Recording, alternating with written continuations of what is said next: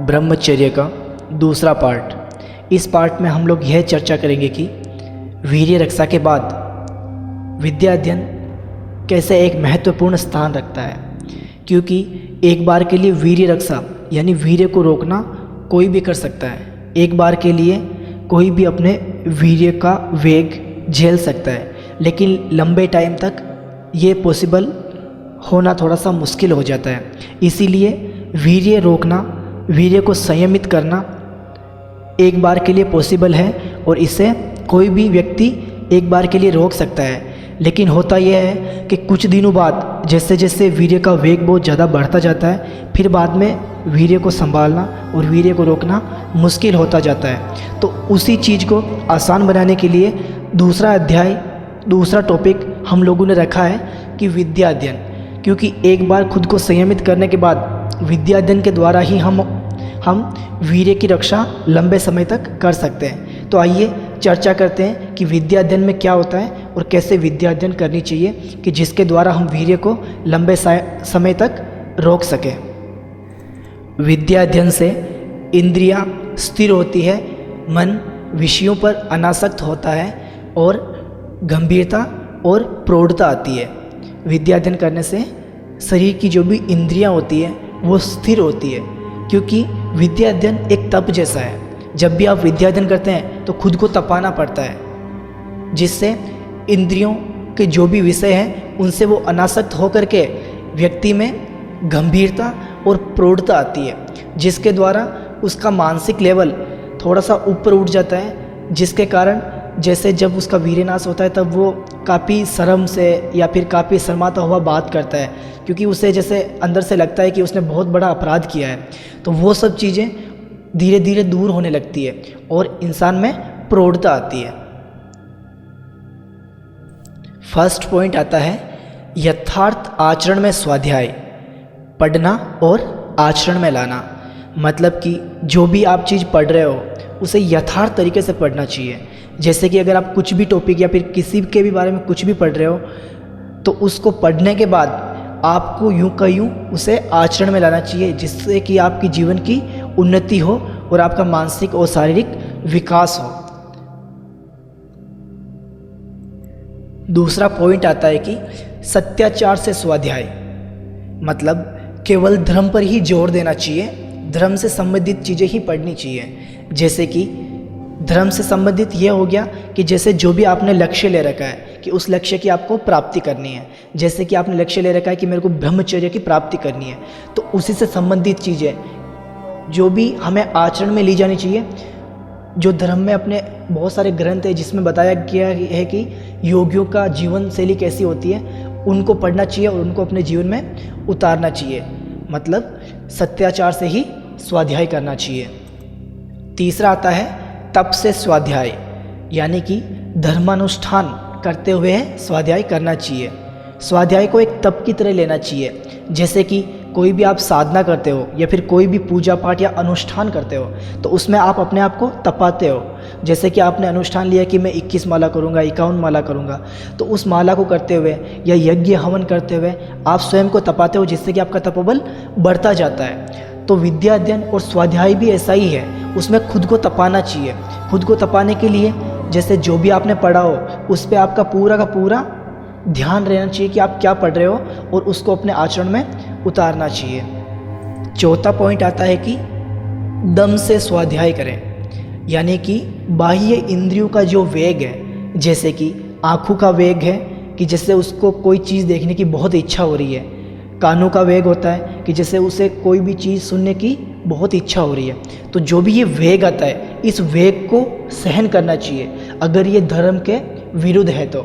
जैसे कि आँखों की कई बार इच्छा होती है कि नहीं मुझे वो चीज़ देखने की इच्छा हो रही है, मुझे वो चीज़ सुनने की इच्छा हो रही है, तो नहीं, उसका दमन करो, उसको रोको, जिससे आपकी आत्म उन्नति होगी और आपका कॉन्फिडेंस और आपके जीवन का स्तर, आपका तपोबल धीरे धीरे बढ़ने लगेगा और धीरे धीरे आपका सामर्थ्य बढ़ने लगेगा, जिससे कि आपको कॉन्फिडेंस आता रहेगा। सम से स्वाध्याय करें, यानी कि मन के जो भी वेग हो उन वेगों को रोककर स्वाध्याय करना चाहिए। मन के वेग होते हैं, मन इधर उधर जाता रहता है, तो उसको कंट्रोल करें, उसको नियंत्रित करें। अगर नियंत्रित करने में आपको बहुत परेशानी आ रही है तो रोज़ ध्यान का अभ्यास करें, प्राणायाम करें, जिससे कि मन शांत होगा और आपका पूरा का पूरा ध्यान अपने काम पर ही रहेगा और मन आपको विचलित नहीं कर पाएगा। छठा पॉइंट आता है कि अग्नि से स्वाध्याय करें, यानी अग्निहोत्र होकर स्वाध्याय करें। जो भी आपके नित्य कर्म हो उन नित्य कर्मों को करते हुए स्वाध्याय करें। मतलब कि जो भी आप अपने नित्य कर्म कर रहे हो, जिसमें कुछ भी जो भी आपके नित्य कर्म हो गए, कुछ भी जैसे स्नान करना हो गया या ऐसा कोई भी और नित्य कर्म होते हैं, उन नित्य कर्मों को करते हुए आपका लक्ष्य आपके दिमाग में हर समय घूमता रहना चाहिए कि आपको ये स्मरण होना चाहिए कि मेरा ये लक्ष्य है और उसकी प्राप्ति के लिए मैं धीरे धीरे आगे बढ़ रहा हूँ। अतिथि से स्वाध्याय करें। अतिथि का स्वागत सत्कार करते हुए पढ़ें और पढ़ाएं। कभी आपके घर पे कोई अतिथि आए तो उसका स्वागत सत्कार करते हुए स्वयं भी पढ़ें और उनको भी समझाएं, अगर वो समझने के लिए उत्सुक हो या फिर उनकी अगर जिज्ञासा हो। ज़बरदस्ती किसी को जिसका किसी चीज़ में मन नहीं हो उसको ज़बरदस्ती कुछ नहीं पढ़ाएं। और वैसे आपके पास आके वही बैठेगा जिसको उन चीज़ों में जो आप करते हैं उनमें अगर उसकी इच्छा होगी या उसका मन होगा। आठवां पॉइंट आता है कि मनुष्य से सद्व्यवहार करते हुए स्वाध्याय करें। कोई भी व्यक्ति, कोई भी मनुष्य आपको कहीं मिल जाए तो उससे अच्छा व्यवहार करते हुए स्वाध्याय करें। जो भी उससे सीखने लायक चीज़ आपको मिले, जो आपके लक्ष्य तक आपको पहुंचाती हो, वो उससे सीखें और अपने व्यवहार में उतारें। 9वां पॉइंट आता है कि प्रजा से स्वाध्याय करें। आपकी जो संतान है या आपके जो अधीन है उनके साथ स्वाध्याय करें। अगर उनसे आपको कुछ भी सीखने लायक मिलता है तो आप उनसे सीखें, या फिर आपको लगता है कि किसी चीज़ से वो बहुत दुखी है जो उनके लिए उपयोगी है और उसका ज्ञान आपके पास है तो उनको समझाएं, उनके साथ स्वाध्याय करें। 10वां पॉइंट आता है कि प्रजनन करते हुए स्वाध्याय करें। मतलब वीर्य रक्षा करते हुए और वीर्य की वृद्धि करते हुए स्वाध्याय करें। 11वां पॉइंट परजाति करते हुए स्वाध्याय करें। संतान और शिष्यों को योग्य बनाते हुए स्वाध्याय करें, जिससे कि आप उनको कोई भी अच्छी चीज़ सिखाओगे तो साथ साथ में आपका भी स्वाध्याय होगा और आपको भी काफ़ी सीखने के लिए मिलेगा। प्राचीन काल से ही हमारे ऋषि मुनियों ने विद्या अध्ययन पर अधिक जोर दिया है, क्योंकि विद्या अध्ययन के द्वारा ही व्यक्ति को ज्ञान हो पाता है और उसे पता चल पाता है कि उसे क्या करना है और कैसे करना है। नहीं तो वरना विद्या अध्ययन के बिना और ज्ञान के बिना व्यक्ति कहीं मूर्खतापूर्वक काम भी कर देता है।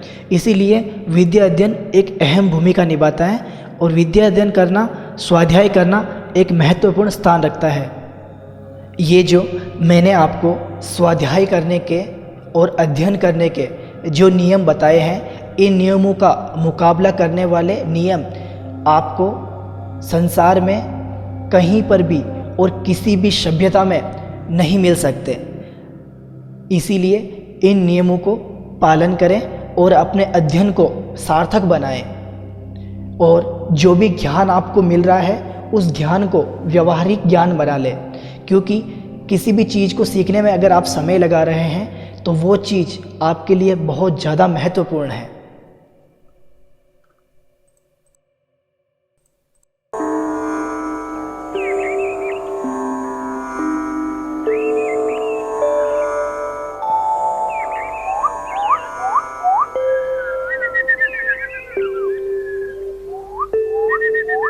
प्रणाम ऋषिवर। अभीष्ट सिद्धिरस्तु।